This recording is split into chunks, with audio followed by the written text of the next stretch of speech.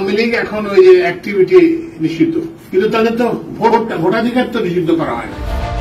আওয়ামী লীগ নিষিদ্ধ হলেও তাদের ভোটাধিকার বাতিল হয়নি, তাই সংসদ নির্বাচনে কাকে ভোট দিবেন তা নির্দিষ্ট করে বলা যাবে না, এমন মন্তব্য করেন বিদ্যুৎ, জ্বালানি ও খনিজ সম্পদ মন্ত্রণালয়ের উপদেষ্টা মোহাম্মদ ফাউজুল কবির খান। 13 সেপ্টেম্বর ধামরাই উপজেলা পরিষদের মতবিনিময় সভায় এসব কথা বলেন তিনি। উপদেষ্টা ফাউজুল কবির বলেন, অন্তর্বর্তী সরকার নিরপেক্ষ ভূমিকা পালন করছে এবং আগামী জাতীয় সংসদ নির্বাচন অবাধ, সুষ্ঠু ও নিরপেক্ষভাবে আয়োজন করবে। সেই নির্বাচনে কে জিতবে বা কে হারবে অন্তর্বর্তী সরকারের দেখার বিষয় না।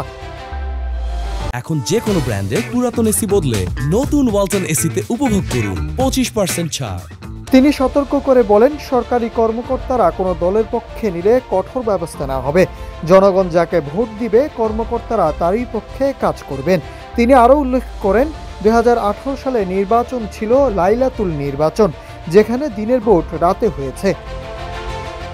Nahid Hasan, news desk, Ittefaq.